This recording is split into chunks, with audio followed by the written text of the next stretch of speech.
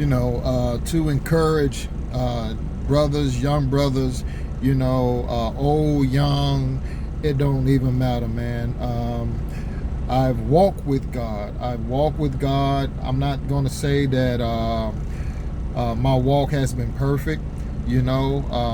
People used to always say, man, man, I got to get my life together, man, before I come to God, man, before I go to church. I gotta make sure that I'm good, man, before, I, commit myself to God. Let me tell you something. You ain't gonna never have the power. People who say that will never, you don't have enough power in your flesh to get yourself right.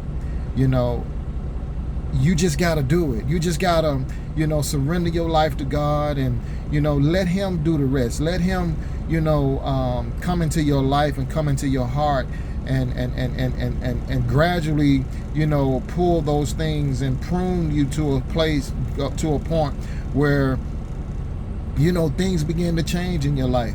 It takes a long time. I've been walking with God for over 20 some years, and it ain't been easy. It been step by step by step. It been me getting into the Word of God and, allowing him to transform me on the inside out. But it ain't an easy process. Just give your heart to God. Just give your heart to Jesus. Just say, you know what, Lord, come into my heart. You know what I mean? Change me. Let me tell you something. if he can change me, and I lived a hellish life, if he can change me, he can change anybody. Anybody that I know, that have known me, see me now, and they like, Wayne, what in the world, man? I remember you carrying guns and shooting all up in the air, man, and smoking blunts and, doing all this kind of crazy stuff, man. And, man, look at you now. So I believe that if God can change me, a wretched man like myself, he can change you. If you just give him the opportunity to. Don't run from God. Run to God. Don't run from God. Don't hide from him. Don't hide your sin.